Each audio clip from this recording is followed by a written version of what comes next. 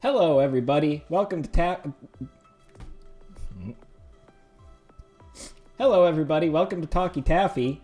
I'm your host, Doug, and I'm joined by Emily here. Hi. You might cut out right when that happened, but solid wave. Oh, well. So we're here to take a bite of some random topic and stretch it out. Today we're talking about the end of the world. Which means, by the time we record another podcast, won't matter because the world will be over. Maybe. Probably not. Probably not, honestly, in all likelihood. It's made it quite a while, so the chances that all goes to hell in the next 2 weeks is unlikely. But it is possible that the world ends tomorrow, and I want to talk about that. So that's what I'm going to do. I'm going to take a big ol' chomp out of it, and we're going to stretch that out like a piece of taffy. Okay. So, when the end of the world comes to mind to you, what do you usually think about? I think of the movie 2012. Okay. Yeah, I like that. What was the end of the world in that movie? I don't remember. I think it was like Yellowstone blowing up. Oh, was it a giant? I think that was part of it. I don't know. It's been a long time since I watched it. All I remember is at the very end there was like a Noah's Ark. Let's go to the tip of Africa sort of ending. Okay, so this guy in chat, Davey Nelly, is saying it was a big old meteor. And then there's a big boat at the end. He says you're correct about that. So that's one of two ways that the world could end. And what is another one that's big and popular? And Nuclear war. Yep, you got him. That's the two. So we're going to talk about that a little bit. So if you're not familiar with the Fermi Paradox, I want to talk about that a little bit. Emily is putting a link to my reference for this one, right? I am. Yes, I am. We're going to talk about the Fermi Paradox. So basically, what the Fermi Paradox is talking about is how there are so many stars in the galaxy, and we're finding out more and more that so many of these stars harbor an Earth-like planet that's potentially capable of sustaining life. And we know that life on Earth developed in a relatively short amount of time, in cosmological terms anyway. And by all that logic, there should be millions of intelligent civilizations across our galaxy. And surely by now, some of them are spacefarers and have traveled and visited the entire galaxy. However, we don't see any evidence of this. So there's a few different explanations for why that might be so. One of them that comes out is the idea of the Great Filter. And the idea here is that it's so difficult for life to get to the point that it's exploring the whole galaxy and making contact with other civilizations in other star systems. And so that's one possibility that might be driving this, is maybe it's just hard for life to develop out of random chemical interactions like we saw happen pretty easily here on Earth. So that's one possibility, that we really are special, just like our parents told us. It's also possible that intelligent civilizations just destroy themselves too easily or too routinely, and we'll talk about that a little bit more. One common example of that is nuclear war. So that's a subject that we're going to be talking about in a little bit. There could also just be something else that we don't know about yet. And we'll cover a couple of theoretical possibilities there as well, but I don't know exactly what that's going to end up looking like. There's a thousand things that it could be that we just don't know yet. But in any case, it seems very unlikely that we've not seen any evidence of other civilizations in our solar system yet, given how frequent life appears to be with the Fermi Paradox. So one leading cause that we see as something that could wipe out civilization is nuclear war. And I want to talk about Vox's article on this and how that shakes out for us. And so, Emily, I know you're putting a link in chat right now to that article. Yes. And so with nuclear war, really the threat that we see here is the cooling of the Earth as a result of a nuclear winter or nuclear autumn is also something that's possible. So kind of the smallest plausible nuclear war that we could see in our lifetimes is a fallout between India and Pakistan.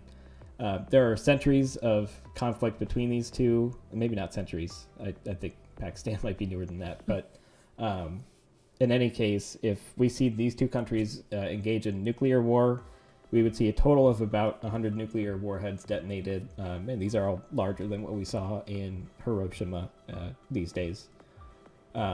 Depending on where exactly things go and how that war would fall out, the black smoke could result in what we call a nuclear autumn, which is kind of like a dulled down nuclear war.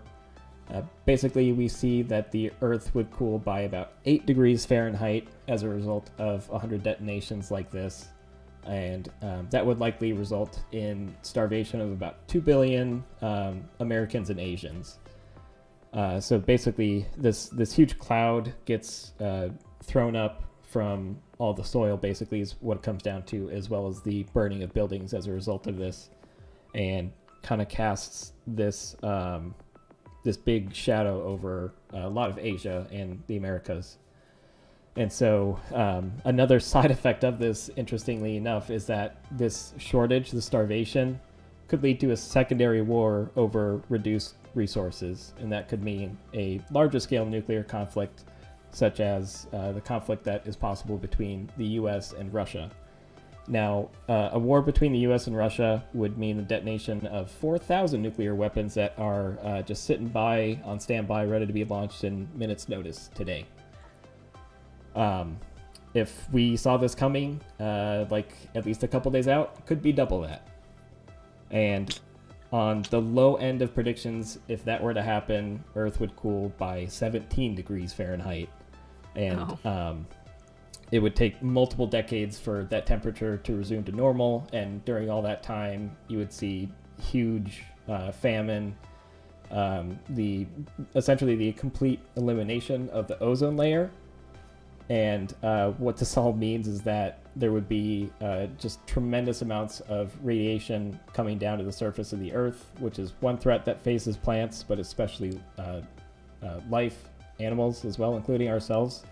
Just the amount of radiation from the sun that would come about from that, regardless of the radiation from the nuclear fallout. And of course, like I said, as well, the food would be a big concern.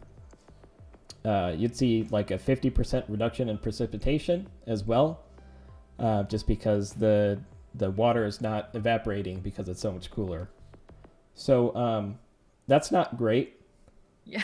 It probably wouldn't be civilization ending, but it would vastly cull the population of the world, and what's left would be in a very heavily modified state. And so things would be quite different were that to happen.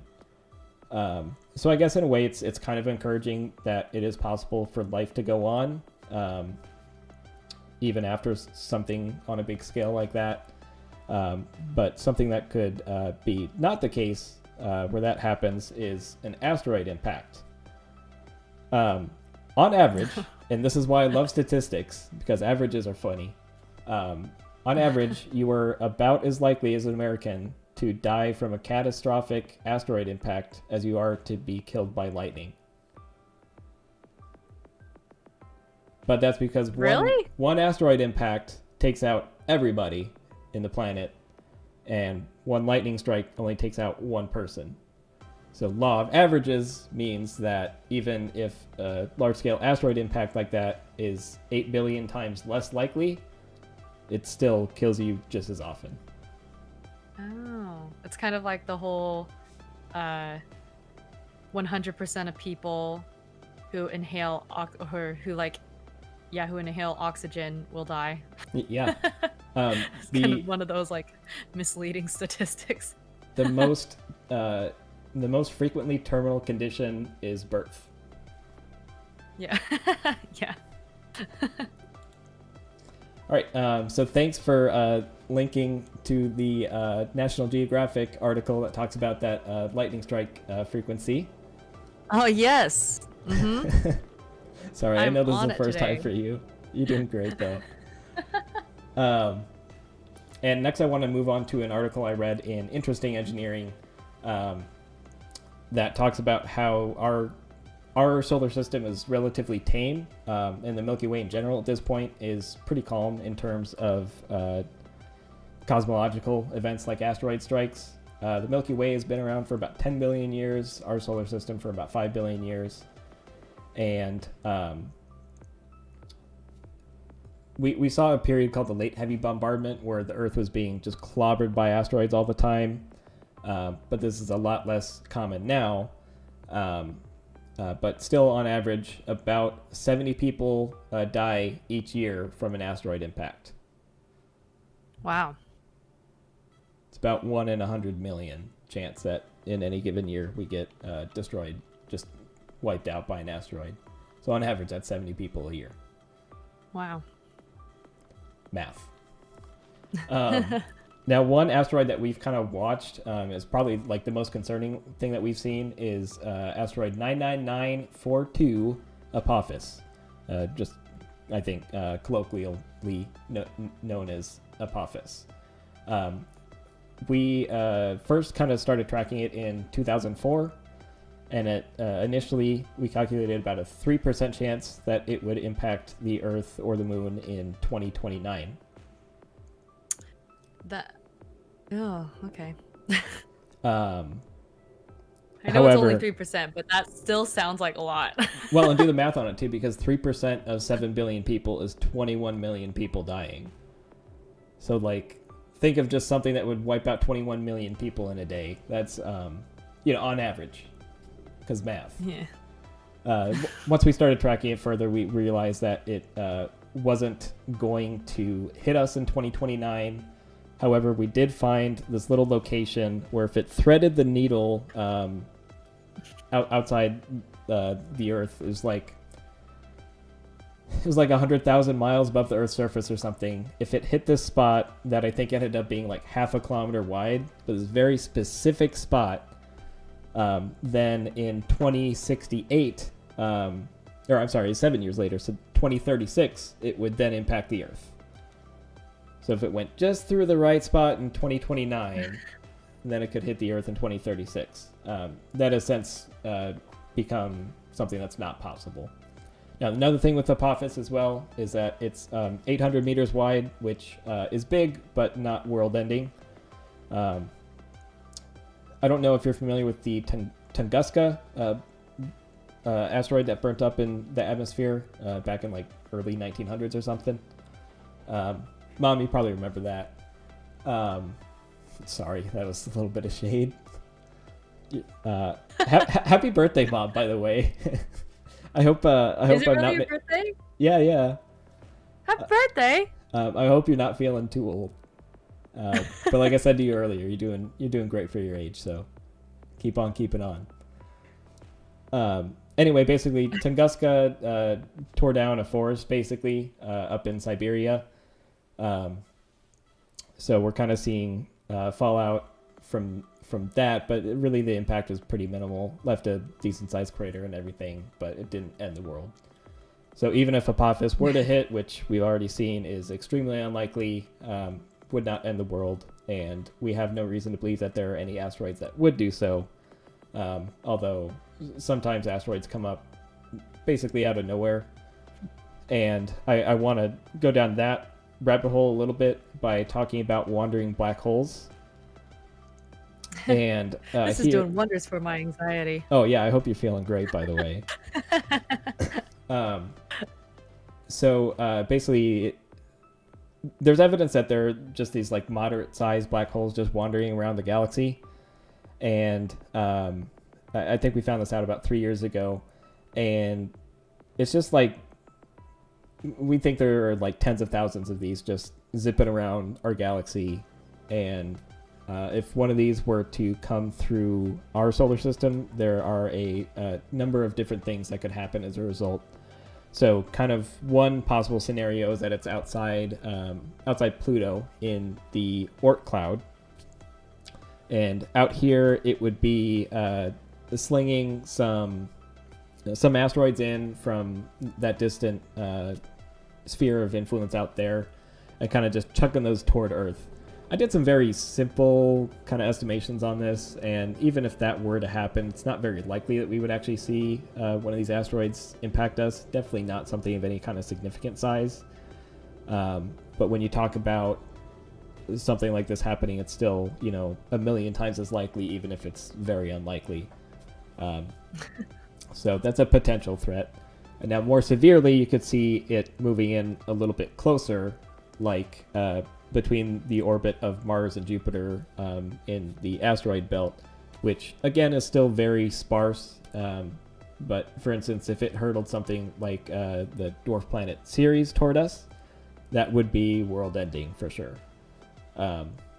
So again, it's pretty implausible that we would actually see something come out of that.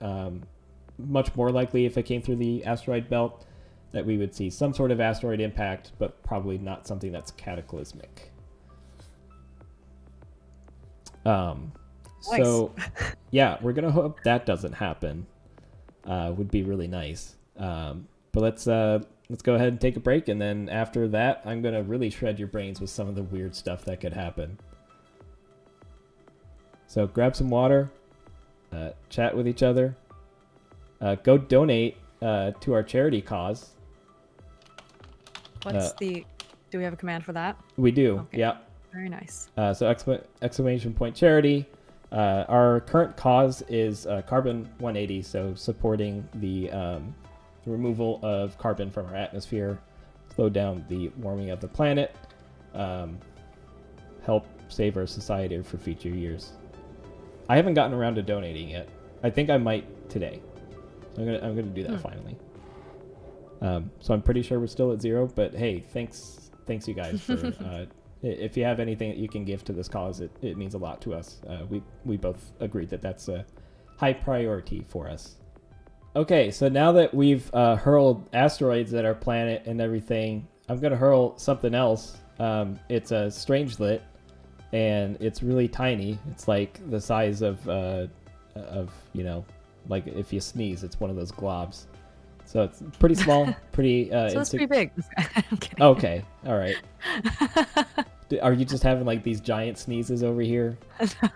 I don't know if you ever like sneezed into your arm. It's just like a giant glob of mucus. Oh yeah, like, great. I've been there. Yeah, I've been there. So Kurskazat is this YouTube channel that does just amazing videos on different topics, and they do really well with like space and weird physics stuff. And so I watched their video that talked about strange matter, and they also do a really good job of sourcing their information too. So if you want to read more about this and see the actual like theoretical studies of it and stuff, that's really cool. But there's this state of matter called strange matter where basically the physics of atoms gets jumbled up.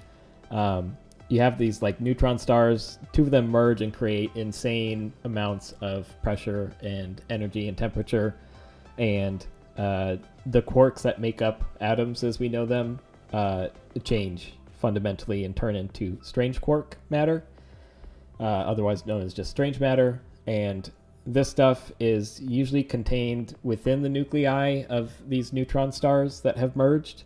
However, if they like crash again into another one, these little strangelets can spew out from the collision, and then there's just these strange matter particles, very small, that just go flying around the universe. Could be millions of them, billions.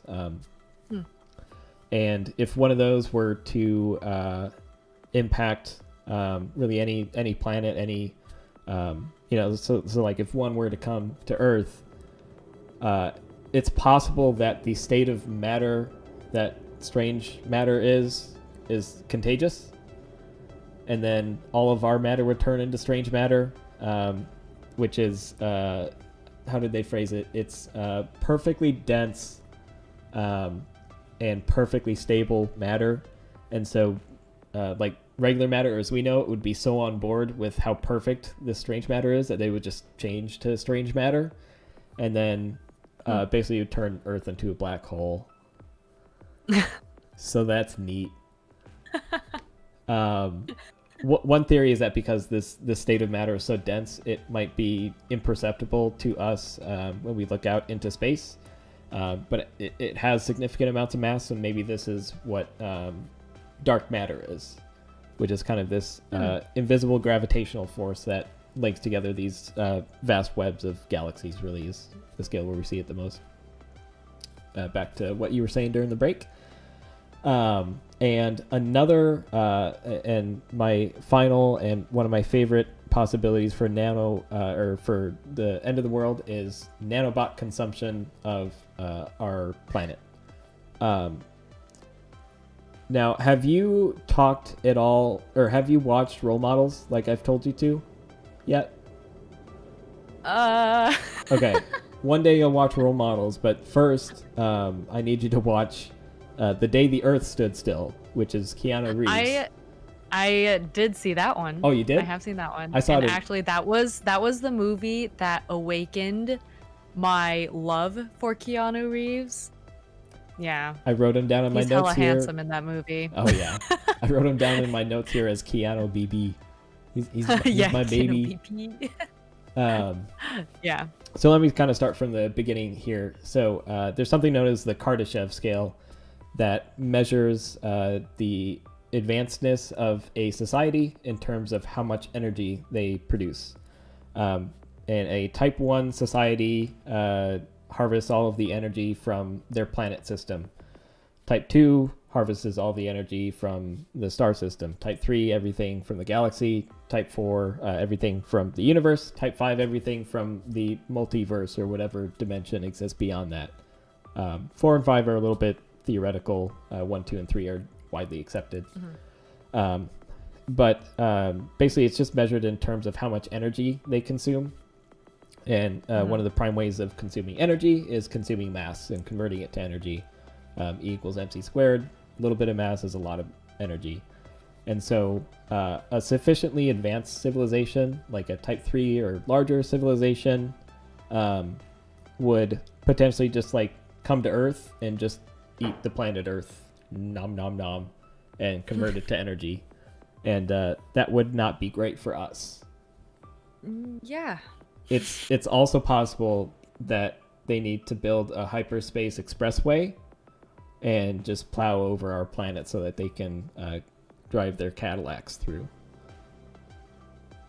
Their Mother, I promised you a society Cadillacs. Yeah. Mother, I promised you a reference to the Hitchhiker's Guide. There you go. Now, basically the justification that they would have for doing this is that Earth is considered, or humans are considered a type 0.7 species right now. So we're not quite harvesting all the energy from our own planet system.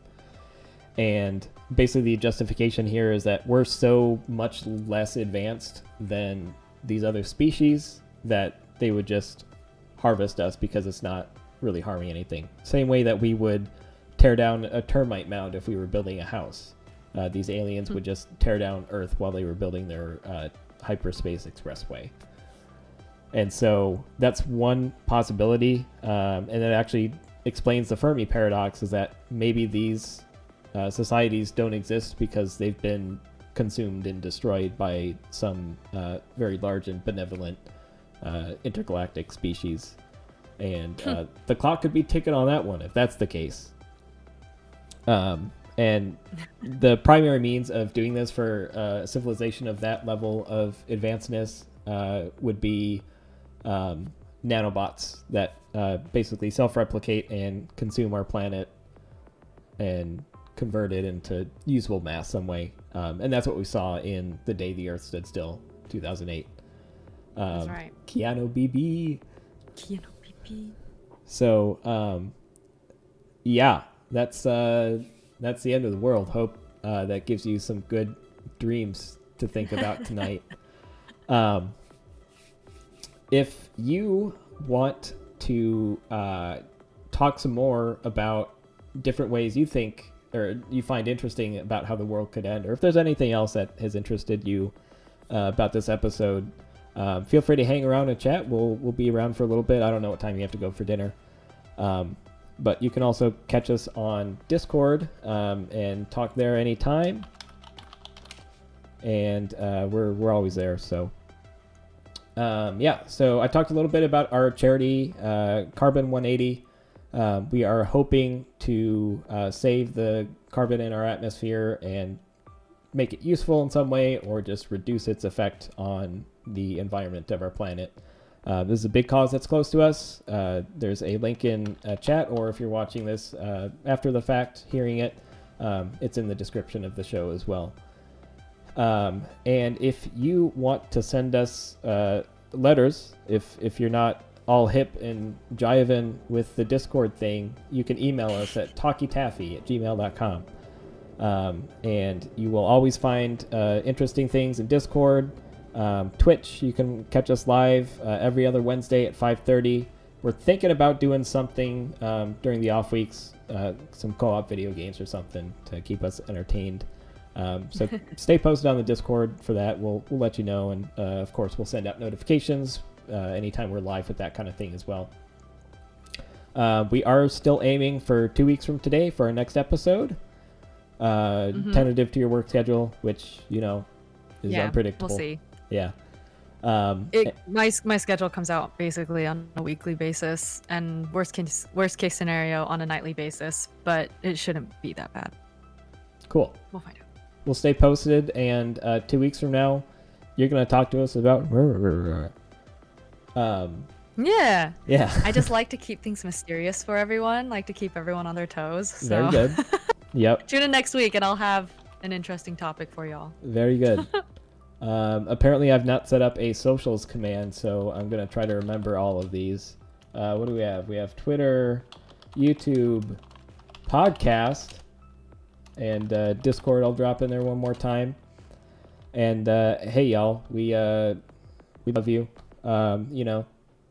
World might end. It's kind of scary, but we're here, just enjoying time that we got right now. So go out, love each other, and we're always around.